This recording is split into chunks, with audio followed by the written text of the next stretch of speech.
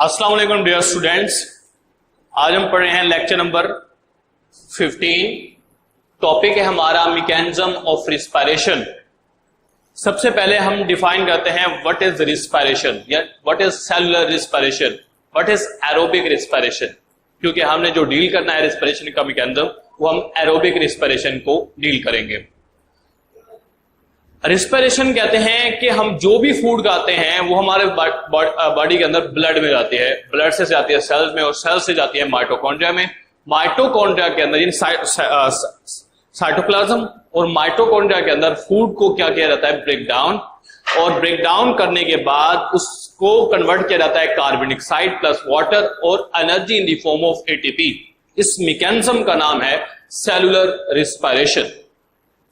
Cellular respiration का process जो है ये बहुत ही इंपॉर्टेंट है एरोबिक रिस्पायरेशन जिनके अंदर होती है, क्योंकि कोई भी काम हमारी बॉडी में एनर्जी के बगैर नहीं होता है और एनर्जी प्रोडक्शन होती है माइटोकॉन्ड्रिया में और जिस प्रोसेस के जरिए होती है उसको कहते हैं सेलुलर रिस्पायरेशन। अब हम पढ़ने लगे हैं, डिफाइन करते हैं what is mean of cellular respiration. Cellular respiration is the breakdown of CH bond present in food and convert it into carbon dioxide, water and energy in the form of ATP is called cellular respiration. अब हम बात करते हैं mechanism of cellular respiration की। जो respiration का process होता है ये कॉन्टिन्यूअस प्रोसेस है, इसमें कोई गैप नहीं होता है, लेकिन फॉर कन्वीनियंस हमने इस प्रोसेस को समझने के लिए 3 जो है वो स्टेजेस के अंदर इसको डिवाइड किया है। सबसे पहली स्टेज है ग्लाइकोलाइसिस, दूसरी स्टेज है क्रेब्स साइकिल और तीसरी स्टेज है इलेक्ट्रॉन ट्रांसपोर्ट चेन। अब हमारे पास स्टेजेस की बात करें तो ग्लाइकोलाइसिस को हम डिटेल के साथ देखते हैं। मैंने यहां पर एक एनिमल सेल की डायग्राम बनाई है और साथ में ही मैं प्लांट सेल की डायग्राम बना देता हूं।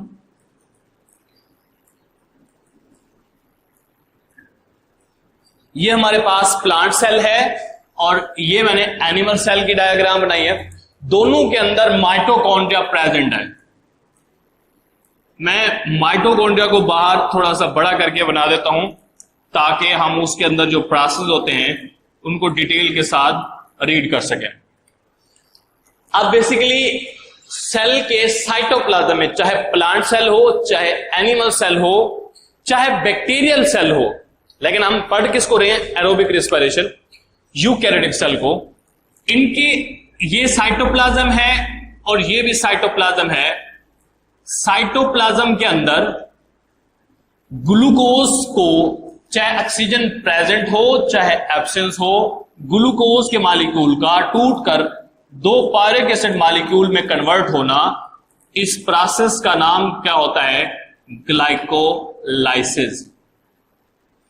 Glyco mean glucose and lysis mean breakdown. The breakdown of glucose molecule in cytoplasm in the presence or absence into 2 molecules of pyruvic acid is called glycolysis.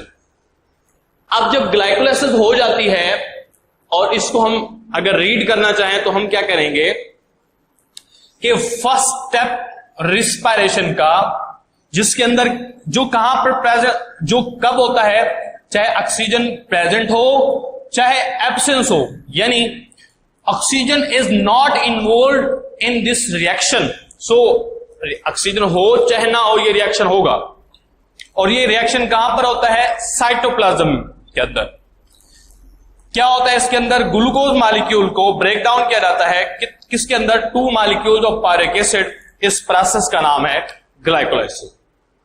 Glycolysis की अगर हम बात करें equation की तो क्या है, देखिए आपको नजर आ रहा होगा, ग्लूकोज है C6H12O6, इसको ब्रेक डाउन किया गया है 2 पायरिक एसिड मॉलिक्यूल के अंदर C3H4O3 और साथ ही NADH के 2 मॉलिक्यूल्स भी प्रोड्यूस होते हैं। 2 NADH भी प्रोड्यूस हुए और साथ ही 2 ATP भी प्रोड्यूस हुए और 2 पायरिक एसिड मॉलिक्यूल प्रोड्यूस हुए। तो इस मैकेनिज्म का जो कि कहां पर होता है, साइटोप्लाज्म के अंदर होता है, इसको कहते हैं ग्लाइकोलाइसिस। अब हम चलते हैं नेक्स्ट स्टेप की तरफ जिसका नाम है Krebs cycle. Krebs cycle start जब होता है, इससे पहले एक मैकेनिज्म होता है जिसमें क्या होता है कि जो पायरिक एसिड मॉलिक्यूल होता है इसको कन्वर्ट किया जाता है एसिटाइल कोएंजाइम के अंदर।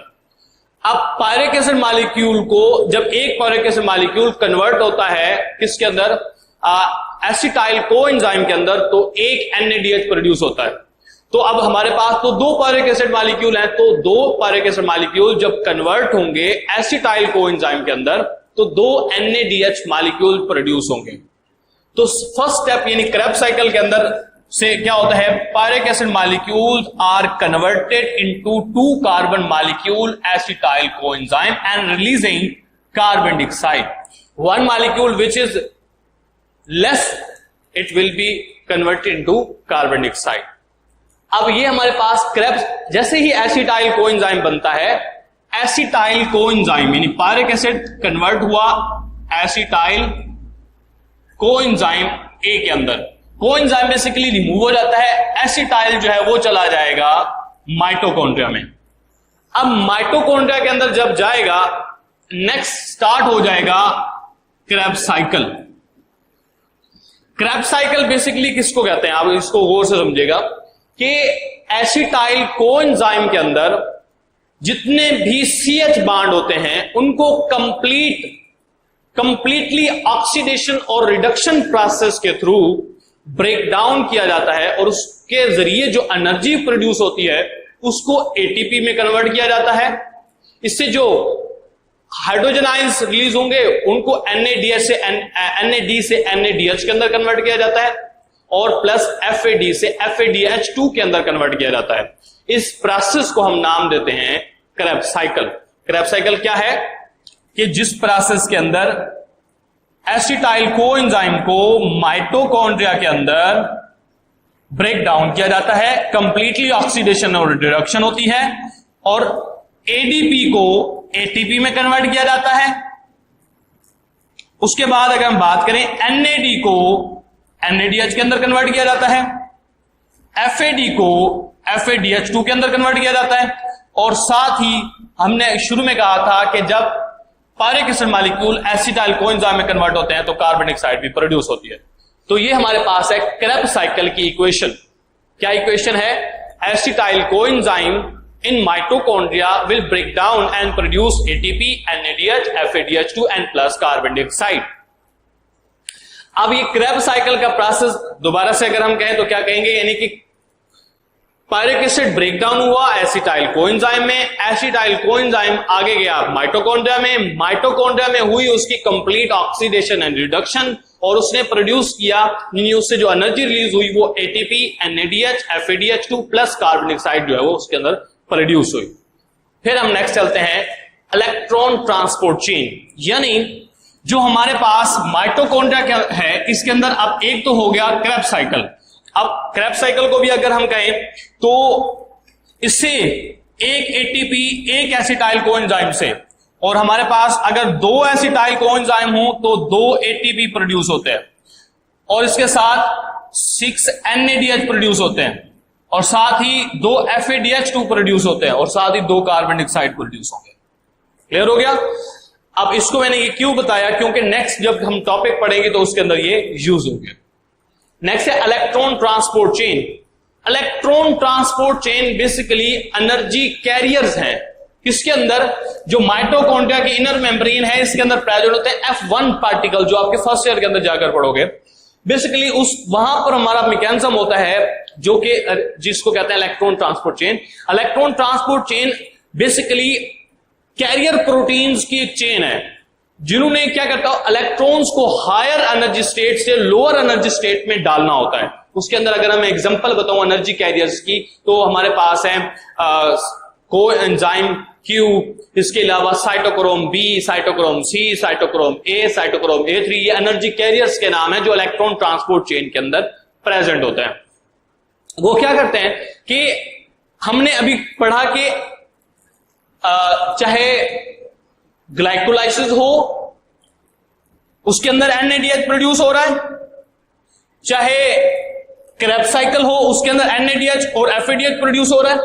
अब ये NADH और FADH2 इलेक्ट्रॉन ट्रांसपोर्ट में जाते हैं यानी और रिलीज करते हैं अपने इलेक्ट्रॉन्स प्लस हाइड्रोजन आइंस।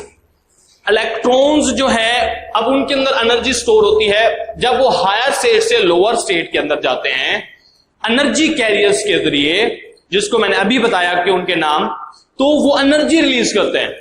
और जब वो एनर्जी रिलीज करते हैं तो उस एनर्जी को एडीपी से एटीपी के अंदर कन्वर्ट किया जाता है, यानी एटीपी बनाई जाती है।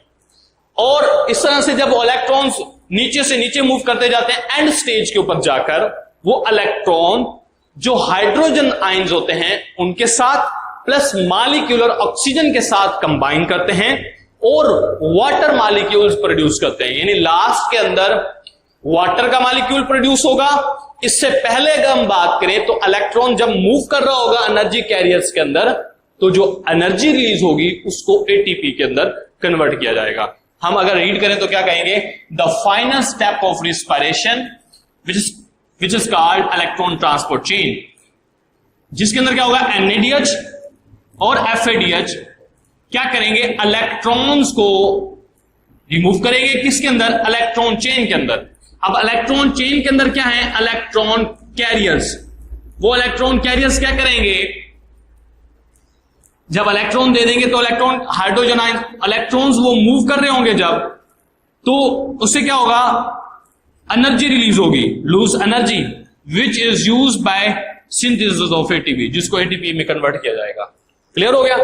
और आखिर में क्या होगा कि जो इलेक्ट्रॉन्स हैं वो जाकर रिएक्ट करेंगे हाइड्रोजन आयंस के साथ और मॉलिक्यूलर ऑक्सीजन के साथ, क्या बनाएंगे, वाटर का मॉलिक्यूल।